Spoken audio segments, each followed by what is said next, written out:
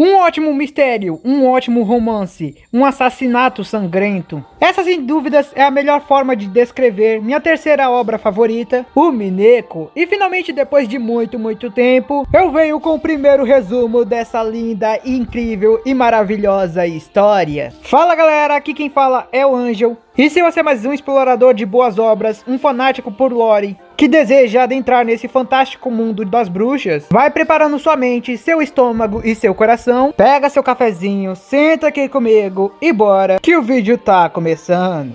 Em uma certa parte do oceano, existe uma ilha chamada Hokenjima. Ela era uma pequena ilha localizada na costa de Tóquio, no arquipélago de Izu. A maior parte da ilha é coberta por uma densa floresta, com exceção dos terrenos que Kinzo escolheu para poder criar sua mansão. A ilha é propriedade privada dos Ushiromiya, habitada somente pelos membros de sua família e os servos que lhe serviam. Em uma certa tarde, na mansão da família, podia ser visto o líder Kinzo jogando uma pequena partida de xadrez com seu velho amigo, o Dr. Nanjo Terumasa. Nesse momento, Shiromiya Kinzo movia uma das peças do seu tabuleiro, enquanto segurava a taça de vinho com a outra mão. Após mover, ele logo bebia um pouco e dava sinal para seu amigo fazer o próximo movimento. Nanjo movia a peça enquanto falava que ele deveria perder essa mania de ficar bebendo. Isso com certeza não estava ajudando em nada a sua saúde. Kinzo ria de forma louca e falava: "Você escutou ele, Denji?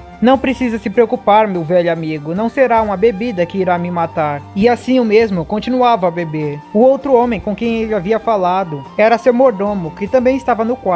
Seu nome era Genji, o único homem com quem Kinzo ainda conseguia falar de forma normal. Mesmo sendo seu mordomo, ele o considerava um velho amigo, e o único que o conseguia entender. Mas se for para falar de saúde, eu quero que fale logo sem dar mais rodeios. Quanto tempo eu ainda possuo? Kinzo perguntava, olhando para Nanjo. O mesmo parecia receoso, não querendo falar. Tudo o que ele dizia é que faltava pouco tempo. Ele devia imediatamente se encontrar com sua família, falar o que precisava falar e deixar para as próximas gerações o que ele queria deixar. Kinzo ria mais loucamente ainda e falava: "Não há nada que eu queira deixar para eles. Não há nada que eu queira falar para eles. A única coisa que eu gostaria de fazer com esse tempo que me falta era mais uma vez encontrar-me com ela. Ver seu sorriso. Oh, Beatrice, por que, Beatrice? Apareça para mim mais uma vez. Sorria para mim mais uma vez. Inferno, maldição. Se for para realmente morrer, eu gostaria de ver seu sorriso mais uma vez." Ah, Beatrice! Beatrice! この命はくれてやる。お前にくれてやる。五章だ。ベアトリーチェ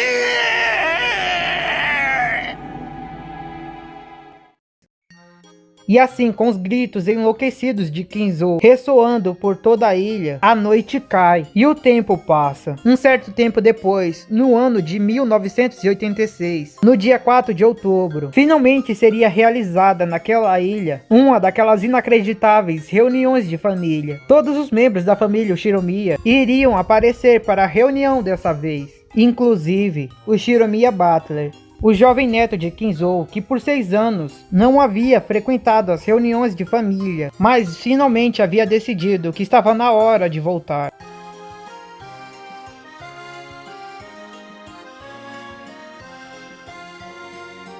Chegar até a ilha de Hokenjima era uma tarefa extremamente difícil. Era necessário pegar um avião até o único local onde navios fazem viagens até a ilha. Para a maioria dos membros da família, isso não era um grande problema. Somente para Butler, que não se dava muito bem com automóveis que viajavam em alta velocidade, que isso acabava sendo realmente um grande problema. Oi, Butler! 島までは泳いで行った方がいいんじゃねえか？バトラ君、柵からあんまり身を乗り出しちゃダメだよ。落ちちゃうから。落ちる落ちる。チクショー！さっきからみんながニヤニヤ笑ってたのはこれだったのか。うわー！揺れる揺れる揺れる。落ちる落ちる落ちる。落ちる落ちる落ちる。Enquanto Butler gritava desesperado, com medo de cair, o resto da família aproveitava aquele momento descontraído para rir do garoto. Mesmo que a maioria estivesse meio tensa, sem saber como agir com ele por causa dos 6 anos longe, rapidamente essa tensão foi quebrada, ao verem como ele agia completamente apavorado. Seu pai, Rudolph, juntamente com sua prima mais nova, Maria, eram aqueles que mais pareciam estar se divertindo com a situação. Mas foi nesse momento que sua outra prima acabou pedindo para que o capitão fosse mais devagar, agora que eles já estavam perto da ilha. Jéssica, sua prima que havia pedido para o capitão ir mais devagar, não parava de rir da cara de Butler. Mesmo que tenha se passado 6 anos e ele tenha ficado bem maior, para ela, o mesmo continuava sendo apenas uma criança que tinha medo de andar em transportes rápidos. Tem certeza que você já tem 18 anos? Mesmo que você tenha crescido em tamanho, parece que sua coragem continua do tamanho do seu elefante pequenininho. Então faremos uma competição para ver qual de nós se tornou mais adulto. Eu deixo você tocar na minha Excalibur e em compensação você me deixa tocar nesses seus melões. だからお前に揉ませる胸はねえ。それよりお前こそどうなんだよ。身長以外にも他のところちゃんと大人になったのか。バカやめろいやんこの野郎お嫁に行けなくなる変なとこ触んないで人様が聞いて誤解すること言うんじゃねえ。 Nesse momento, depois que Jéssica acaba acertando ele com força, é nesse momento que Maria acaba se aproximando de Butler, preocupada com um machucado em sua cabeça. Maria era a prima mais jovem de Butler, e por isso mesmo ela não tinha muitas memórias dele, e da época em que ele ainda frequentava as reuniões de família. Por isso no início ela agia de forma desconfiada, sem saber como agir perto de Butler. Mas por causa desse jeito crianção e brincalhão que Butler tinha, ela rapidamente superou essa desconfiança e se aproximou de Butler, facilmente pegando amizade com ele. Além de Jéssica e Maria, o outro primo que também estava indo para a reunião de família era o Shiromiya George, o primo mais velho e mais responsável. Sua personalidade era completamente oposta à de Butler. Enquanto Butler podia ser visto como um jovem brincalhão e inconsequente que nem pensava sobre seu próprio futuro, George era um homem sério e sereno, que parecia ter cada aspecto de sua vida traçado. A própria Jéssica falava para Butler tentar agir um pouco mais como o George, mas o mesmo nem ligava para aquilo. Apenas dizia que concordava com Jéssica, dizendo que achava incrível como George cresceu e se tornou alguém responsável. E falava que um dia ele e Jéssica deveriam brindar por ele. Mas ele tinha certeza que esse não era o tipo de pessoa que ele queria se tornar. Alguém brincalhão como ele jamais conseguiria se tornar alguém sério assim. E assim, depois de mais um tempo de viagem tranquila, finalmente o navio chegou à ilha de Hokenjima. Foi quando eles se aproximaram o suficiente para conseguir ver o porto onde iriam tracar. Mas naquele momento, Maria acabou percebendo algo estranho. Em uns rochedos perto da ilha, existia um pequeno santuário construído há muito tempo. Toda vez que eles estavam se aproximando da ilha para a reunião de família, eles conseguiam facilmente vê-lo. Mas no local onde deveria estar o santuário agora, só restava uma pilha de escombros, sem nenhum sinal de que qualquer coisa poderia ter existido lá. Maria parecia estar extremamente preocupada. A pequena criança não sabia o porquê ele não estava lá. E mesmo que Butler e os outros não parecessem estar tão preocupados com isso, eles ainda assim fizeram algumas teorias, tentando chutar o que poderia ter acontecido. Talvez uma onda muito forte tivesse o destruído. Talvez alguém tivesse o movido por causa desse tempo ruim. Mas antes que fizessem o próximo chute, Shiyoko Mazawa, outra dos servos da família Shiromiya que estava no barco, se aproxima e fala que nenhum desses foi o caso. Apenas aconteceu que em uma certa tempestade, um raio acabou caindo no local onde ficava o santuário e o destruiu completamente. Conversando com alguns pescadores, ela ouviu que isso era um sinal de má sorte, mas falava para eles não levarem tanto a sério, afinal podia ser só história de pescador. Mas Maria, ainda encarando o local onde deveria ficar o santuário, mudou completamente de expressão. 不吉の兆し。よせよ熊沢さん。マリアはそういう冗談の通じない年頃なんだからさ。大丈夫だよマリアちゃん。偶然だよ。何も怖いことなんか起きないよ。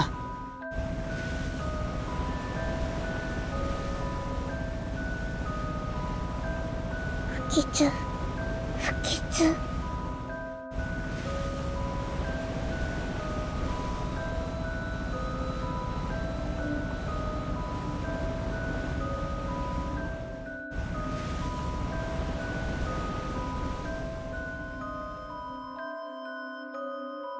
おいおいママリア。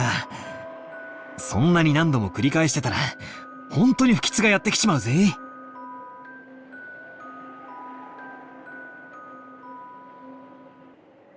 ふう、不吉、来る。来るって、どこからさ。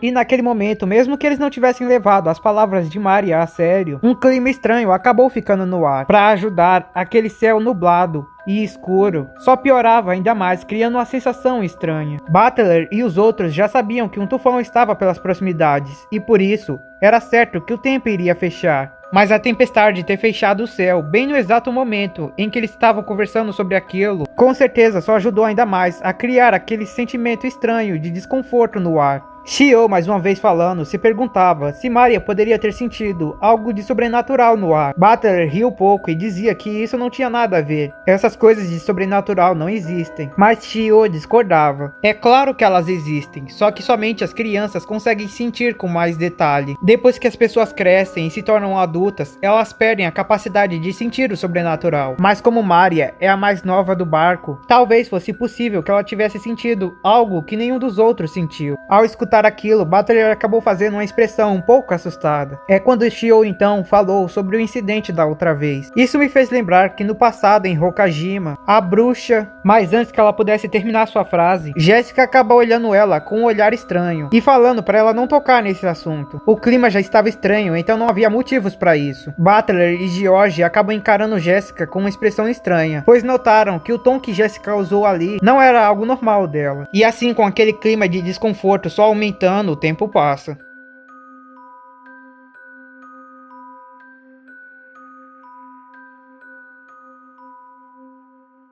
Ao chegarem na ilha, finalmente o clima parecia ter voltado ao normal. Maria voltou a agir normalmente e todos pareciam estar calmos e felizes de novo. Butler adorava aquela sensação de nostalgia que sentia andando pelo lugar. Afinal, já fazia 6 anos que ele não via pra lá. Mas é quando mesmo sente que algo estava diferente. Jessica acaba rindo de Butler, dizendo que ele estava copiando Maria, falando coisas como não está aqui, só pra chamar a atenção. Maria, participando da brincadeira também, ficava chamando o mesmo de copiador. Mas é quando Butler finalmente nota o que era que ele estava sentindo falta. Era do canto das gaivotas. Podia até já fazer bastante tempo que ele não via para as reuniões, mas algo que ele lembrava perfeitamente é que sempre que ele chegava, ele conseguia escutar em alto e bom som as gaivotas cantando como se estivessem o cumprimentando. Mas dessa vez ele não escutava nada. Jessica também achava estranho, afinal já fazia um tempo que ela não as escutava. E Maria também ficou se perguntando por que elas não estavam lá. Brincando um pouco, Butler diz que provavelmente Jessica as assou e comeu, deixando Maria assustada e fazendo Jessica gritar com ele. Mas é quando George explica que os pássaros são mais sensíveis ao tempo e a pressão do ar. Como iria ter uma tempestade violenta e até tufões ao redor, era provável que eles tivessem saído para outro lugar. Assim eles aceitam a explicação de George e continuam andando. Enquanto conversavam e matavam a nostalgia, falando sobre a época em que Butler ainda via. E eles brincavam por lá, George pergunta para Jessica como estava o avô deles. E Jessica simplesmente responde que ele está como sempre. E isso, mesmo que ano passado ele tivesse recebido a notícia que ele só tinha apenas 3 meses de vida. Butler e George pareciam não estar surpresos com aquilo. Afinal, era de Kinzo quem eles estavam falando. Kinzo, o chefe da família, era o homem que usou seu talento extraordinário para conseguir reviver a família Shiromiya. A mesma estava quase sendo destruída e desaparecendo, mas o mesmo, de alguma forma, conseguiu uma riqueza inacreditável e conseguiu fazê-la voltar ao topo. Ele até comprou toda a ilha Hokajima e fez dela sua casa. Mesmo que ele fosse um velho meio estranho, ninguém era capaz de questionar suas habilidades e suas capacidades. Eles achariam até comum se ele realmente tivesse conseguido uma forma de imortalidade. Mas Jessica, ainda com expressão ruim, fala: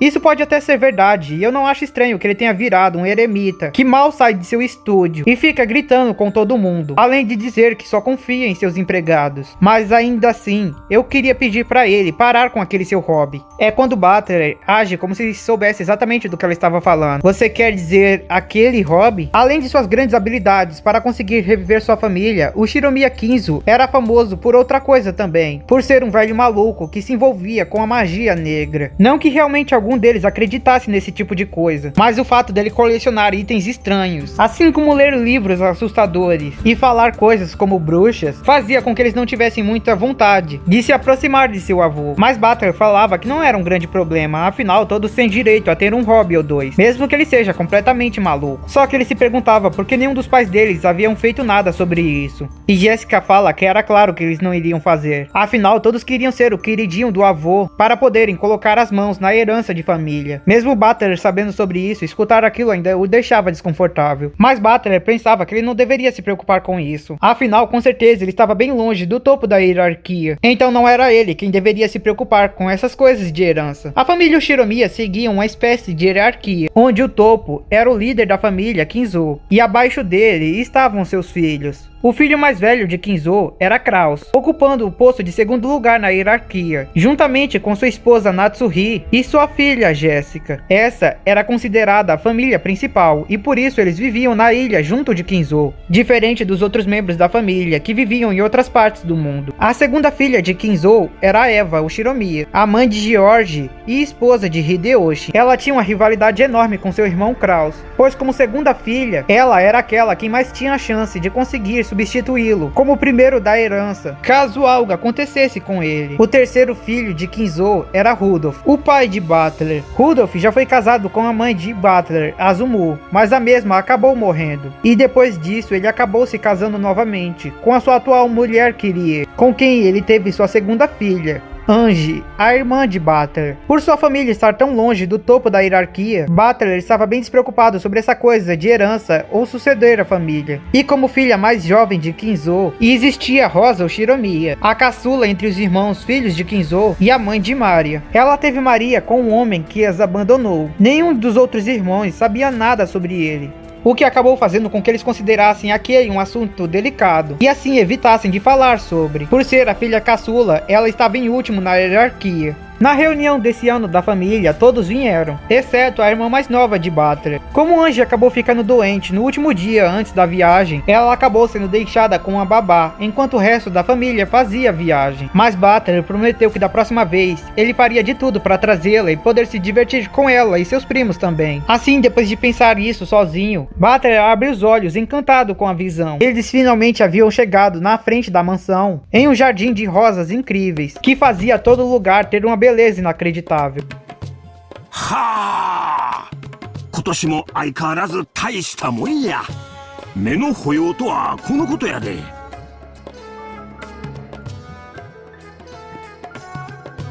今年は少し花に元気がないんじゃない？やっぱり夏があまり暑くなかったせいかしら。そのせいもあるかと思います。去年の先に比べると今年は少々実を取るのが残念です。いつ見てもすごいわね。自宅にこれだけのバラ園があったらさぞや素敵でしょうに。よせよ、誰が手入れすんだよ。バラは虫とか病気とか大変なんだぜ。そうね。キリエ姉さんは毎日バラの手入れをしてて虫がつかないようにしてるそうよ。え？そうなんかよ。そんな話は知らないぜ。そうなんです。この人の場合はバラの方から虫を求めていっちゃうから、どっちかというとたちの悪い食虫植物ってところね。ああ、そういう話かよ。たく。どうぞ、今日はそういう話は勘弁してくれよ。もうそういうのはすっかり足を洗ったんだぜ。どうかしら。ルドルフ兄さんは遺伝子的レベルでだらしないですし。大丈夫よローザさん。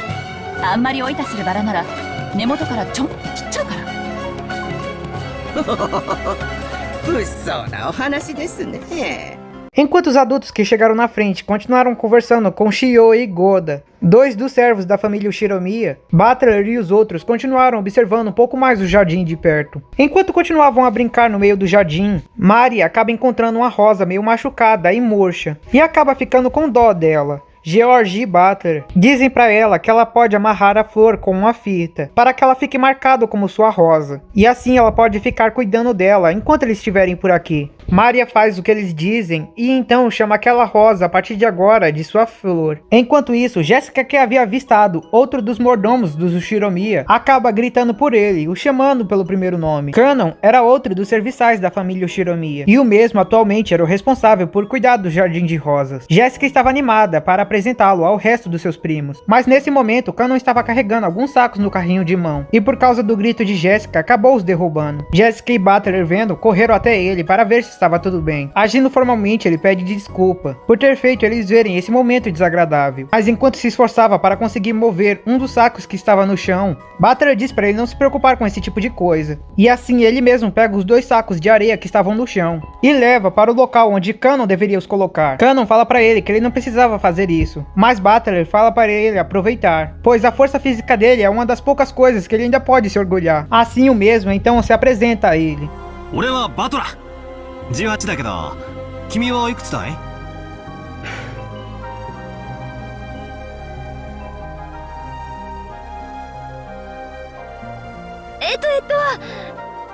確か私たちの2つ下だから16だったよな。はい、そうです。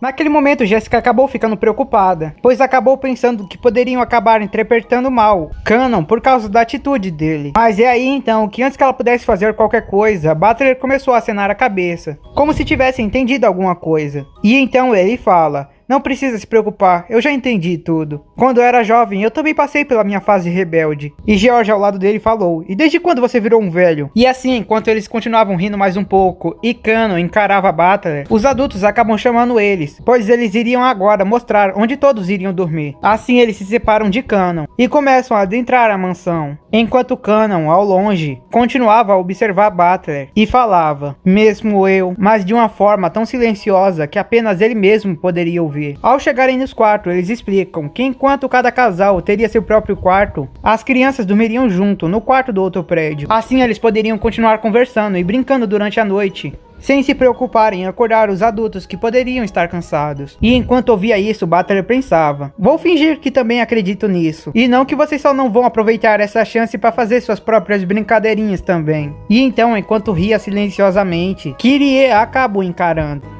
何気持ち悪い顔で笑ってんのよ。どうせ下世話なこと考えてるんでしょ。いっへへへ。下世話なんてとんでもない。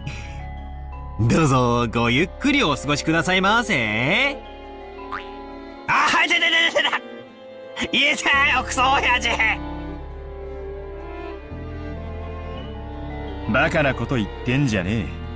俺は胃がキリキリ痛み始めてて、とてもそんな元気はわかねえぜ。今回はお前が主賓だろうが、せいぜい親父や兄貴たちに可愛がられろよ。親父の前では言葉遣いにだけ気をつけろ。あの人、本当にシャレが通じねえからな。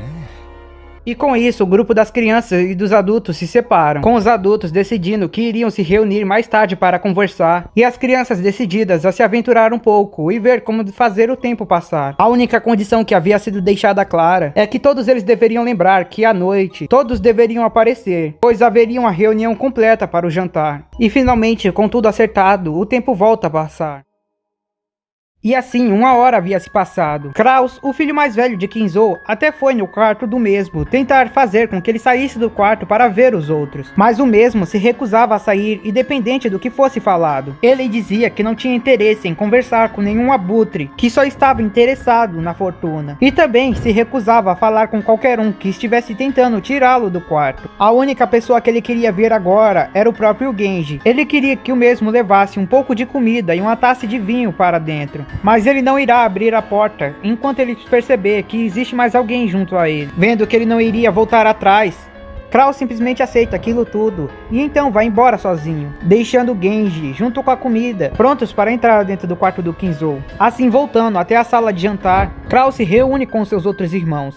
Finalmente, todos eles estavam reunidos no mesmo quarto, juntamente com seus maridos e esposas. Kraus avisa que seu pai continua se recusando a sair de seu quarto, mesmo que fosse para ver todos ali, mas diz que dá boas-vindas no lugar dele e espera que todos tenham uma boa estadia no tempo que ficarão por aqui. Eva então toma a vez e fala: por que não paramos com essa brincadeirinha e entramos logo no assunto principal? Kraus pergunta o que seria esse assunto, e Eva fala: é óbvio que é sobre a herança da família. A discussão de todos se resume em algo simples. Todos os 3 irmãos que moravam fora da ilha acabaram ganhando dívidas extremamente grandes e precisavam de pelo menos $5.000 para conseguir quitar essas dívidas. Mas obviamente Kraus não iria entregar o dinheiro assim como seu pai também não iria dar. Então eles precisaram encurralar Kraus por meio de diálogo, revelando que por meio de investigações eles haviam descoberto que Kraus também havia conseguido dívidas enormes e normalmente estaria tão desesperado quanto eles. Mas esse não era o caso, porque misteriosamente ele conseguiu dinheiro de alguma forma e conseguiu quitar suas próprias dívidas. Como Kinzo se recusava a sair do próprio quarto,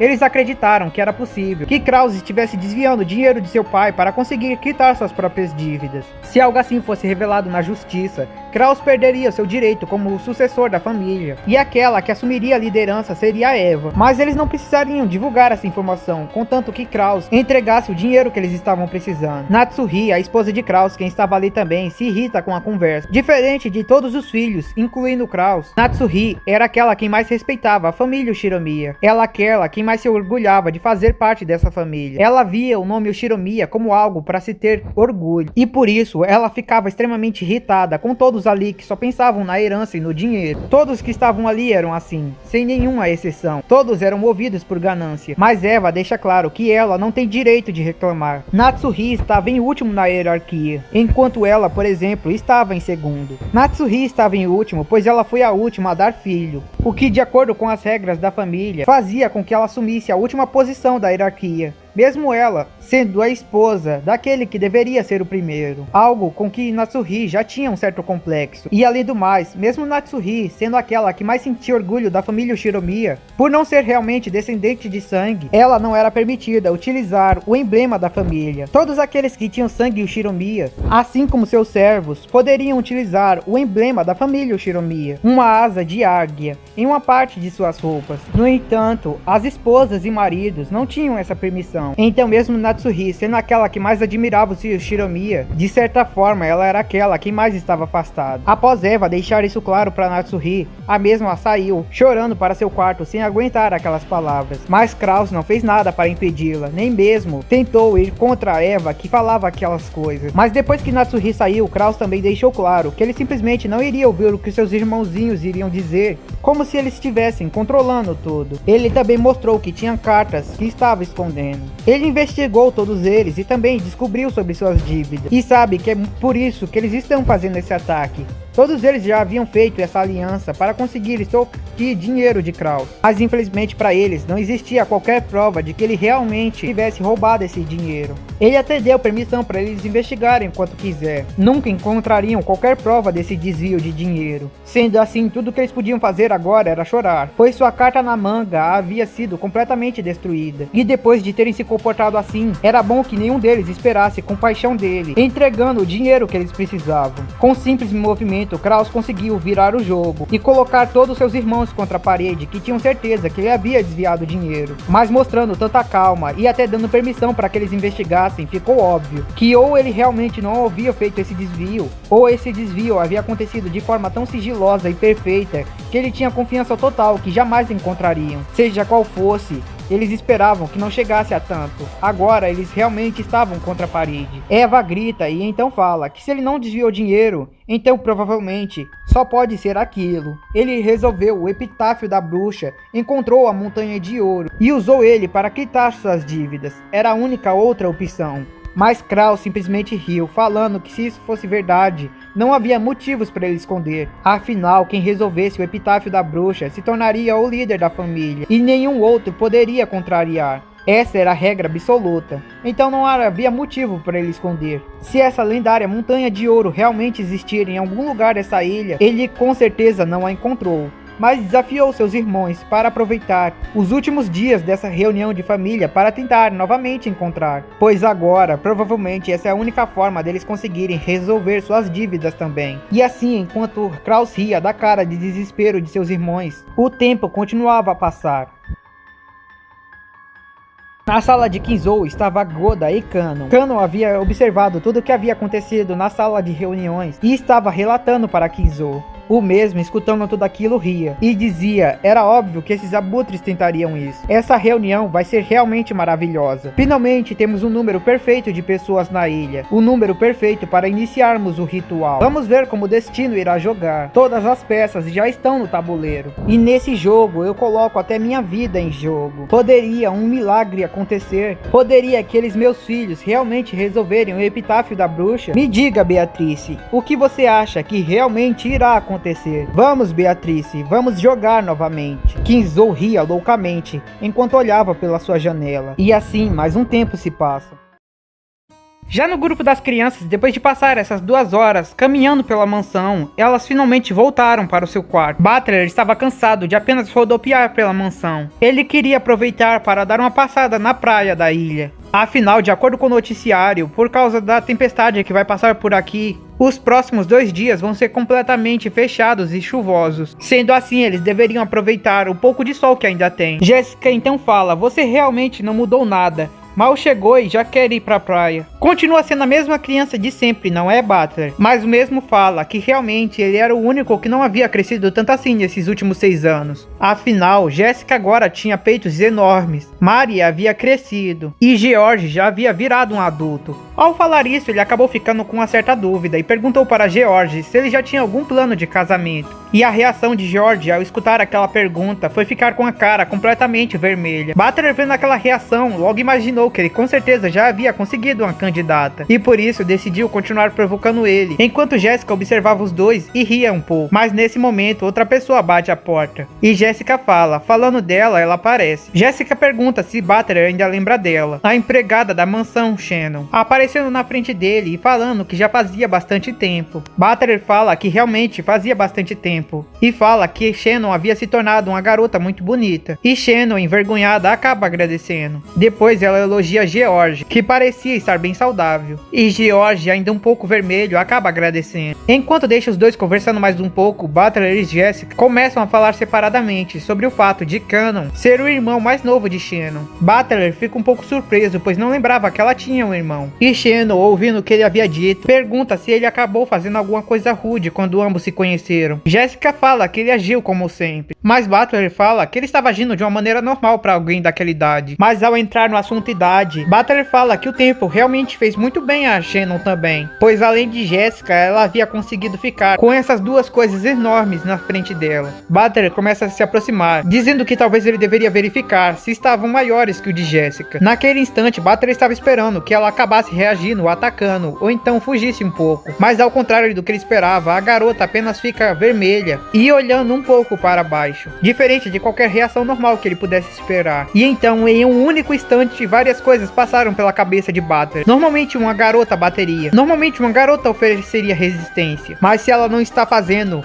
agora serei eu quem serei rude se recuar. Exato, se eu recuar aqui, seria uma ofensa à beleza dela. Ela conseguiu reunir determinação suficiente para ficar parada na minha frente mesmo eu me aproximando com intenções maliciosas. Agora é mais que meu dever de reunir determinação também para continuar com isso. Sim, isso não é mais uma questão de desejos pervertidos, agora é uma questão de honra. Após chegar nessa conclusão, Butler continuou com seu braço, faltando centímetros para ele finalmente conseguir tocar, mas nesse instante acabou que foi Jessica que golpeou o mesmo tão forte que ele afundou no chão, ao que Butler acabou agradecendo, fazendo com que Jessica perguntasse por que ele estava agradecendo. Por acaso havia virado algum tipo de masoquista? Mas Butler fala que não era isso. Se ela não tivesse parado naquele instante, não dava para saber o que mais ele poderia fazer. Naquele instante, seus instintos superaram até mesmo sua razão. E assim, Butler fala que para prevenir que esse tipo de situação não aconteça, Shannon deveria atacar ele da próxima vez. Mas a garota fala que ela não poderia. Butler era um convidado muito importante, e como uma serva da mansão, ela não tinha o direito de bater nele. Vendo quão pura e gentil a garota era, e percebendo que quase fez algo extremamente pervertido com ela, Butler sente como se seu corpo estivesse queimando de culpa. Então implora que da próxima vez ela não pense nesse tipo de coisa e realmente bata nele. George concorda e diz que ela realmente deve fazer isso, dizendo que se ela estava preocupada com essa coisa de ser um servo, ela deveria tratar isso então como uma ordem pessoal dele, para caso Butler se aproximasse novamente, ela o atacasse de volta. Assim Shannon acaba rindo e aceitando a ordem. E assim o grupo acaba decidindo aceitar a ideia de Butler e ir para a praia passar o resto do dia. Jessica acaba convidando Shannon para ir com eles também e a mesma acaba aceitando. E assim o grupo começa a andar pela mansão indo até a saída para poder ir até a praia. Logo na saída, Butler acaba se encontrando com Genji, o mordomo fiel de Kinzo.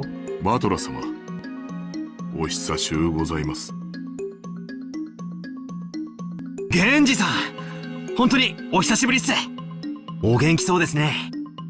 おかげさまで健やかに過ごさせていただいております。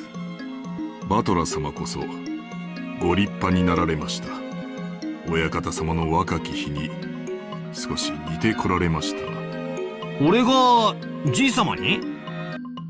Jessica e George acabam estranhando aquilo, pois nunca haviam visto nenhuma foto de Kinzo quando era mais jovem. E então perguntaram para Genji se ele já conhecia o mesmo quando jovem. E Genji fala que sim, eles já eram amigos naquela época. E assim eles começam a olhar para Butler, pensando como seria Kinzo mais novo e imaginando algo parecido com Butler. Mas ao mesmo tempo Butler, que começa a olhar cada um dos três em volta dele ou observando, acaba notando algo no canto da sala. Ele se aproxima e então se depara com um quadro gigantesco. A figura no quadro atraía sua atenção e a prendia como um imã. Ele não sabia o motivo, mas não conseguia parar de olhar. Assim ele perguntou quem é ela, e Maria, que estava ao seu lado, respondeu: ela é a Beatrice. Butler pergunta quem seria a Beatrice, e Jessica responde dizendo que é a moça no quadro e a famosa bruxa que ronda o bosque da ilha. George fala que faz sentido. Butler não deveria conhecer aquela pintura, pois foi feita na época em que ele não estava vindo mais pra cá. Butler, continuando a olhar, então fala: então essa é a famosa bruxa de Hokajima? E então, enquanto continuava a olhar, Butler começa a lembrar sobre a lenda da bruxa. Quando criança, em noites tempestuosas, seu pai contava a ele e o resto dos seus primos sobre a lenda da famosa bruxa de Hokajima, a bruxa que saía no meio da tempestade procurando o sacrifício, a bruxa Beatriz. Mas Butler tinha certeza que aquilo tudo eram apenas histórias de assustar, que seu pai junto com sua tia gostavam de contar. Ele duvidava que essa coisa suspeita como bruxa realmente pudesse existir. Mas Maria ao lado se irrita e então fala: bruxas existem sim, a Beatrice existe. E então, vendo os olhares cheios de sonhos e esperança de Maria sobre o assunto bruxa, ele achou melhor não destruir as ilusões de uma criança e falar algo como Papai Noel não existe, dizendo então que acreditava em Maria. E então saindo da mansão e indo com o resto do grupo até a praia da ilha, mas ainda assim pensando sobre o quadro que havia visto, como se mesmo depois que parou de olhar, a figura continuasse em sua retina.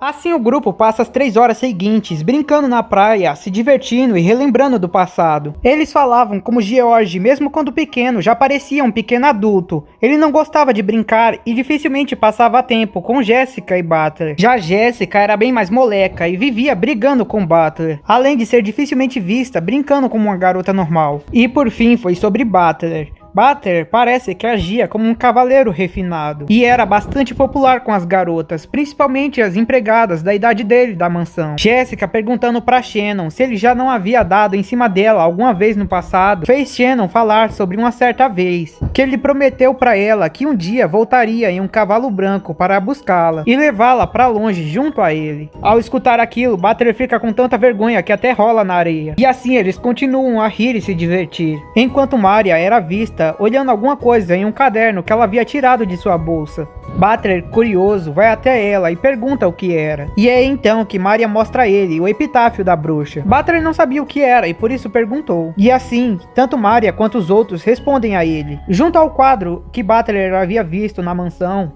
Existia uma escritura que todos chamavam de Epitáfio da Bruxa. Foi Kinzo em pessoa que havia pedido para que escrevessem isso. De acordo com ele, quem resolvesse iria encontrar a localização do ouro da família. Butler fala, aquela lendária montanha de ouro que ele escondeu em algum lugar? Se me lembro bem, a gente já procurou por esse ouro quando era criança. Então a gente não achou porque deveria resolver esse tal de Epitáfio da Bruxa? De acordo com o que o vovô diz, é verdade, mas ninguém sabe ao certo isso. Ele nunca fala muito sobre o Epitáfio nem sobre Beatrice, mas nas poucas vezes que fala, ele fala com tanta confiança que parece ser verdade. Os adultos também parecem acreditar nisso, George fala. E embora eles tenham procurado bastante, ninguém conseguiu achar. E Butler falou, entendi. Mas como ele conseguiu tanto ouro para conseguir esconder em algum lugar? De acordo com ele, foi Beatrice que deu. Beatrice parece que também era uma alquimista famosa. Quem havia dado ouro a ele, como uma forma de trato ou algo do tipo. Foi ela também que deu o ouro que ele utilizou para conseguir reerguer a família. Então a bruxa é tão rica assim, é? Se for assim, eu acho que também valeria a pena dar uma procurada. Butler falava com um sorriso no rosto. E assim, pela primeira vez, Butler lê o Epitáfio da Bruxa. O nostálgico rio de Swiftfish que passa pela minha amada cidade natal. Aqueles que almejam pela Vila Dourada, siga isso e procure pela chave. Indo para baixo do rio, há uma vila, procure pela costa. Os dois irão dizer-lhe, aqui, a chave da Vila Dourada descansa. Aquele que achar a chave deve seguir o que está abaixo e viajar para a Vila Dourada. Na primeira noite, ofereça 6 escolhidos pela chave como sacrifício. Na segunda noite, dos que restarem, deve-se separar os 2 que são mais próximos. No terceiro crepúsculo, os que restaram irão louvar o meu honrável nome. Na quarta noite, golvem a cabeça e mate. Na quinta noite, golvem o peito e mate. Na sexta noite, goivem o estômago e mate. Na sétima noite, goivem o joelho e mate. Na oitava noite, goivem as pernas e mate. Na nona noite, a bruxa irá reviver e ninguém irá sobreviver.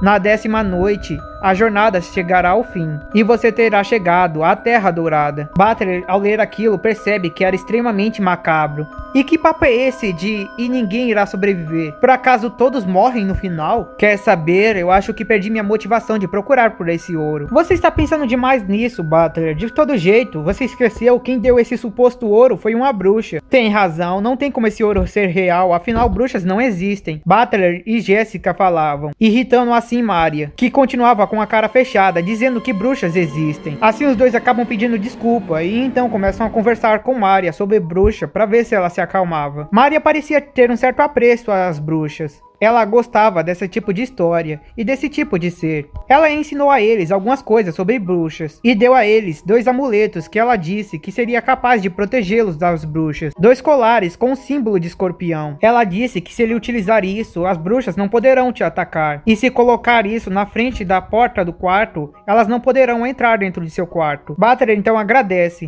e Maria volta a sorrir, assim como ele havia planejado. Butler pergunta para Shannon o que ela achava disso, afinal, como serva dali, ela devia estar mais familiarizada com essa coisa de bruxa. E Shannon fala que os empregados não falam muito sobre isso, mas de vez em quando, à noite, era comum eles verem coisas como borboletas douradas voando por aí, embora eles não soubessem exatamente se era ilusão ou real. Mas então, chegando perto da hora de irem jantar, eles decidem voltar. Como estava entardecendo, esse seria o melhor a se fazer.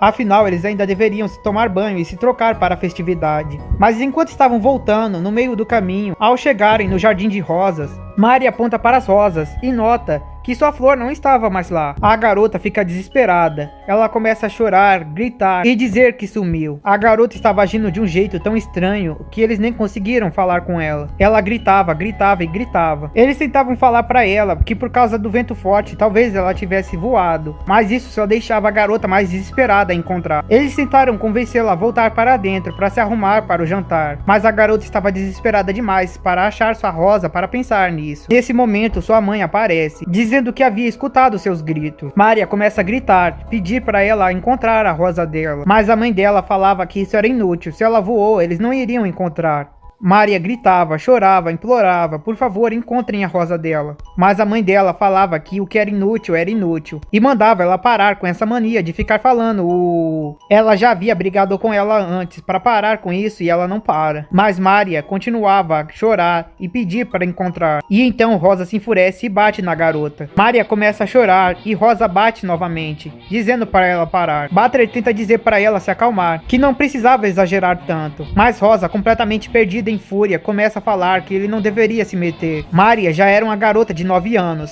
Ela já deveria ter parado com essa infantilidade. É por causa desse jeito que ela não tem amigos em sua classe. Como ela terá um futuro se ela continuar assim? Nesse momento, George tira Butler de lá e diz pra ele não se envolver, tentando explicar que isso era comum pra elas e ele não deveria se meter nisso. Butler se sente extremamente culpado e extremamente triste, querendo fazer algo, mas sabendo que não podia fazer nada. E assim ele, Jessica e George voltam para seu dormitório para se arrumar enquanto deixavam Maria e sua mãe. A garota continuava a chorar, pedindo desculpa, mas pedindo para que por favor encontrasse sua flor. Ela implorava, ela gritava, por favor encontre sua flor. Mas sua mãe fala de novo que isso era inútil. Se ela vai continuar com isso, ela continue sozinha. E assim ela acaba a deixando e volta para dentro da mansão. Mais uma hora se passa.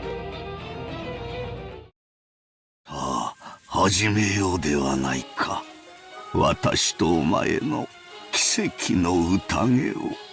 今こそこの島は現世より切り離された。もう誰も私の儀式の邪魔をすることはできぬ。お前にふさわしい生贄は十分にあるぞ。息子たちが4人、その伴侶が3人、孫たちが4人、私に客に使用人たち、どれでも好きなだけ食らうがいい。運命の鍵は悪魔のルーレットに従い生贄を選ぶであろう。そのルーレットが私を選ぶならば、私すらもお前の生贄となろう。だからこそなのだ。それだけの狂気をかけるからこそ、私は必ずや偉大な奇跡を起こすだろう。さあ、好きなだけ食らうがいい。私はそのルーレットに打ち勝つだろう。さあ、全てを落とすぞ。まずは後ろ宮家の家督を返そう。受け取るがいい。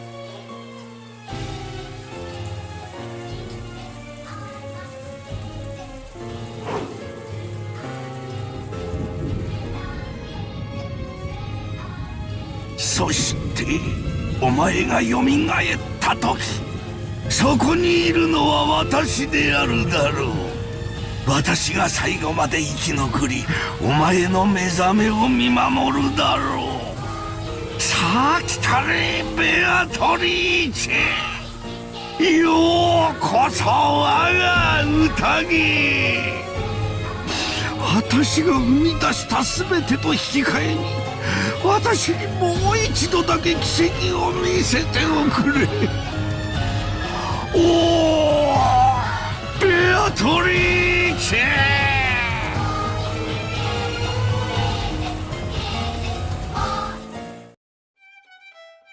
E assim, com Kinzo jogando seu anel pela janela, o último preparativo estava pronto. Butler, George e Jessica, que finalmente haviam terminado de se preparar, estavam indo para a sala de jantar, para jantar com o resto do pessoal, quando no meio do caminho eles encontram Cannon, e pergunta a eles se eles estavam com Maria. Eles dizem que não e acreditavam que ela devia estar com sua mãe. Mas Cannon fala que não, pois ela estava do lado de fora, procurando desesperadamente pela garota. Naquele instante, eles ficam tão desesperados que correm para o lado de fora e encontram Rosa aos prantos, procurando por sua criança, pedindo desculpa pelo que fez. Ela sabia que Maria era assim. Maria era tão inocente que ficaria procurando por aquela flor, mesmo no meio dessa tempestade, porque sua mãe disse para ela fazer. Maria era desse jeito, ela sabia disso muito bem, e mesmo assim fez isso. Rosa estava desesperada, estava chorando. Queria pedir desculpa por ter sido a mãe ruim. Butler, vendo aquela reação, percebeu quão perigoso era aquela situação. Aquela tempestade não era normal. Um tufão estava pelas proximidades. E Maria, sem sequer levar um guarda-chuva, estava no meio dessa tempestade. E assim os jovens se separam e saem correndo, procurando pela garota. Butler estava desesperado. Ele não conseguia acreditar. Maria continuava do mesmo jeito de quando ele viu ela 6 anos atrás. Uma criança inocente que faria isso. Ficaria ali naquele jardim procurando por sua Rosa. E mesmo assim ele a deixou. Butler ficou desesperado, saiu correndo o mais rápido que pôde.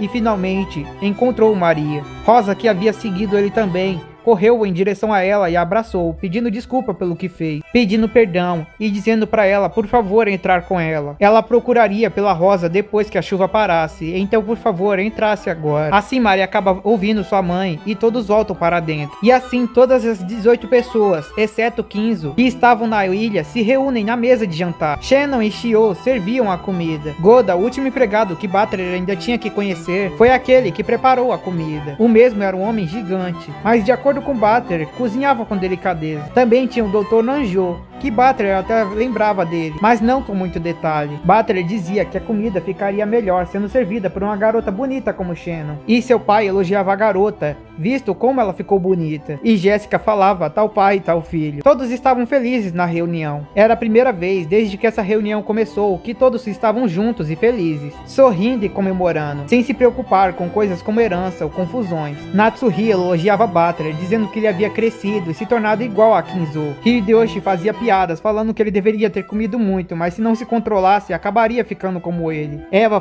perguntava se ele não tinha feito nenhuma namorada nesse tempo que esteve fora, mas falava que ele não deveria se tornar igual a seu pai. E assim a conversa continuava, todos felizes e alegres. Até que então, curiosos com o que havia acontecido com Maria, perguntam: afinal, quem entregou ao guarda-chuva a garota? Rosa fala que era verdade, ela precisava agradecer quem foi. Mas naquele instante, todos os outros que estavam na mesa apenas ficaram quietos, um olhando para o outro. Cada um perguntou àquele que estava ao lado, mas ninguém respondeu. Perguntando então a Maria, a garota falou: a pessoa que me emprestou aquele guarda-chuva foi a Beatriz. E assim, aquele momento ficou em completo silêncio. Beatriz, a bruxa da ilha? Naquele momento, todos exceto a mãe de Maria acreditaram que alguém dali estava fazendo uma brincadeira. Alguém podia ter usado algum disfarce para enganar a garota, se passando por Beatriz e dando a ela o guarda-chuva. Afinal, apenas as 18 pessoas que estavam ali estavam na ilha, então não poderia ter sido outra. Mas Butler pensava, poderia realmente Maria ter se confundido? Ela que gosta tanto de bruxas, que deve ter prestado tanta atenção no quadro, ter realmente se confundido? Então ele perguntou: Quem emprestou o guarda-chuva para você, Maria? E mais uma vez Maria disse: Beatriz me emprestou. E assim eles continuaram comendo até finalmente terminar o jantar. Então, quando terminaram, Maria falou: agora que terminamos, está na hora de ler a carta que Beatriz deu. E Butler perguntou: carta? Todos que viram a carta entraram em choque, não conseguiam acreditar no que estavam vendo. Aquele envelope estava com o símbolo da família e, além disso, o selo que estava usando para lacrar era o selo do líder da família. Só era possível fazer aquele selo utilizando um anel de líder, e apenas Kinzo possuía esse anel. Não havia como falsificar. Ninguém, exceto o líder, poderia ter feito aquela carta. E quem estivesse usando aquele anel, com certeza era o líder. E aquela garotinha na frente deles acabou de dizer que Beatriz lhe deu. Nesse momento, todos ficaram interessados em saber o que estava na carta. Alguns acreditaram que poderia ter sido uma brincadeira do próprio Kinzo. Outros, que algum outro membro daquela mesa estava fazendo algum tipo de brincadeira. Mas seja qual fosse a resposta, o que estivesse naquela carta, todos tinham certeza que precisavam saber. 六軒島へようこそ、後ろ宮家の皆様方。私は金蔵様にお仕えしております、当家顧問錬金術師のベアトリーチェと申します。そんなアホな。黙って。長年にわたりご契約に従いお仕えしてまいりましたが、本日金蔵様よりその契約の終了を宣告されました。よって本日をもちまして、当家顧問錬金術師のお役目を終了させていただきますことを、どうかご了承くださいませ。くだらん。ざれ言だ。聞くに耐えません。さてここで皆様に契約の一部をご説明しなければなりません。私ベアトリーチェは金蔵様にある条件とともに莫大な黄金の貸与をいたしました。その条件とは、契約終了時に黄金のすべてを返還すること。そして利息として後宮家のすべてを頂戴できるというものです。むちゃくちゃや。初めっからむちゃくちゃだぜ。要するにあれだろ、よくある悪魔の契約みたいなやつなんだろ。ほんで契約がおしまいってことになるから利子を回収に来たってわけだ。いいんや、長年の退職金のつもりかな。ちゃっかりした魔女だぜ。バトラ君、今は茶化さない方がいい。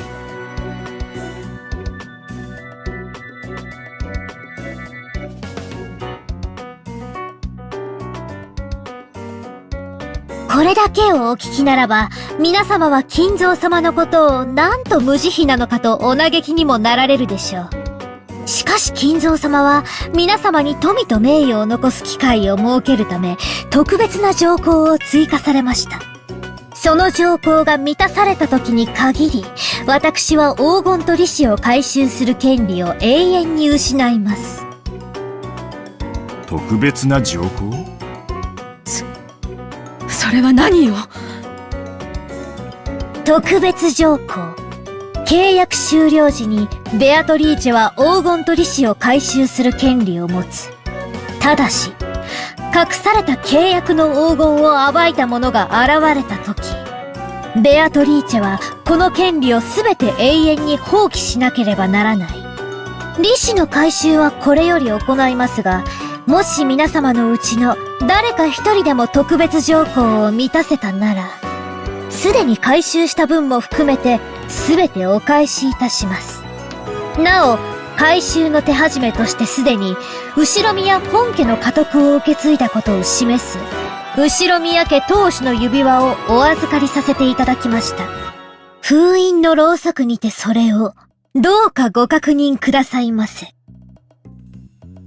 これがそうだというのか。親父が指輪を手放すなどありえん。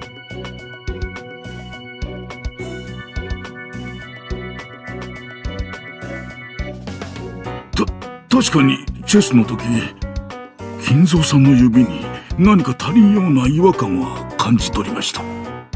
南條先生、おぼろげな記憶でいい加減なことを言わないように。その心眼をここでは測れないわ。本当に指輪をお父様は確かに手渡したのか、この手紙が本当の話かどうかはお父様に直接確認すればいいだけの話じゃない。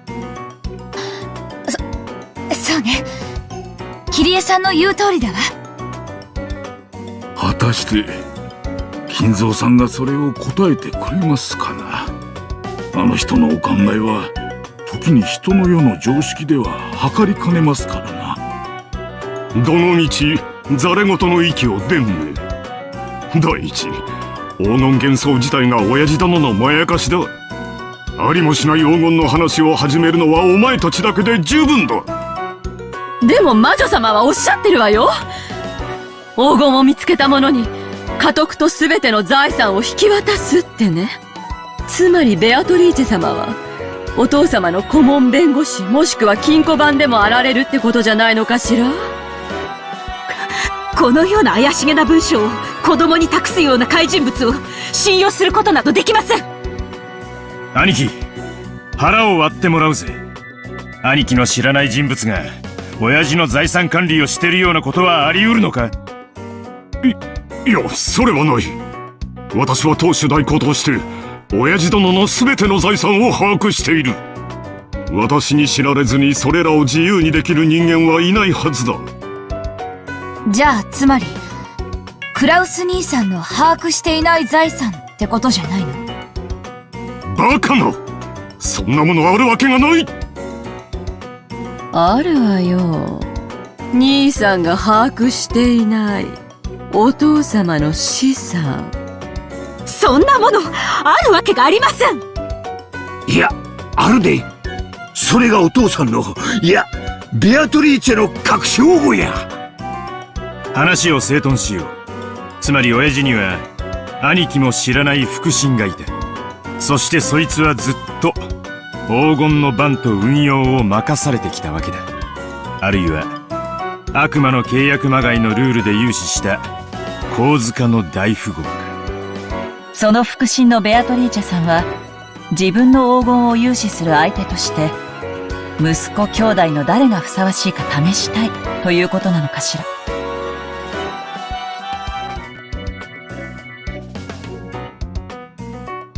黄金の隠し場所については、すでに金蔵様が、私の肖像画の下に碑文にて公示されております。条件は、碑文を読むことができるものすべてに公平に。黄金を暴けたなら、私はすべてをお返しするでしょう。それではどうか今宵を、金蔵様との知恵比べにて、存分にお楽しみくださいませ。今宵が知的かつ、優雅な夜になるよう、心よりお祈りいたしております。黄金のベアトリーチェ。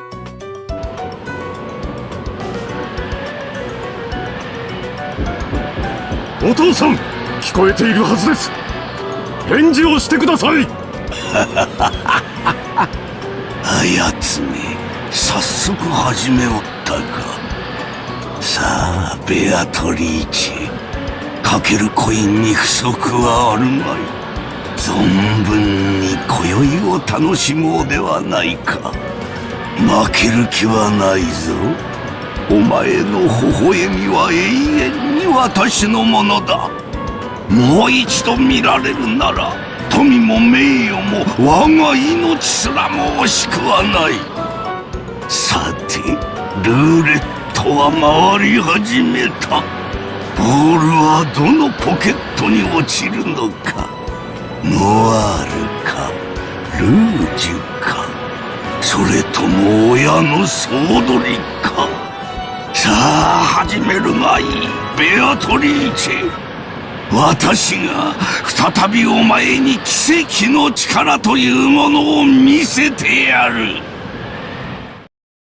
E com isso, muito tempo se passa, várias coisas acontecem e a noite cai. Todos estavam em dúvida sobre o que leram, mas não conseguiram a resposta. Ao menos esperava que amanhã conseguissem entrar dentro do quarto de Kinzo e descobrir a verdade.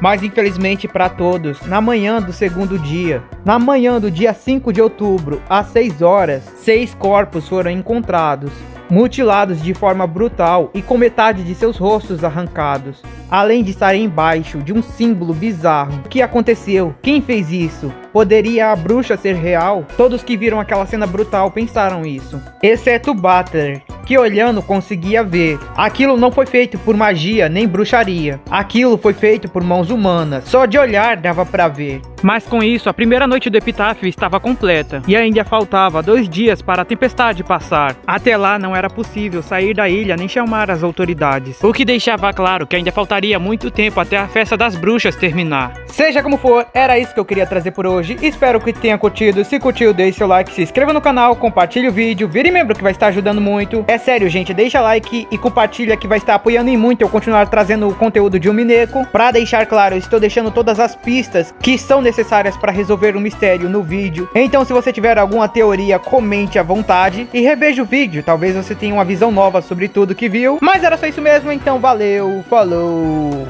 fui! ダメよジェシカ、入ってはダメ、見てはダメ。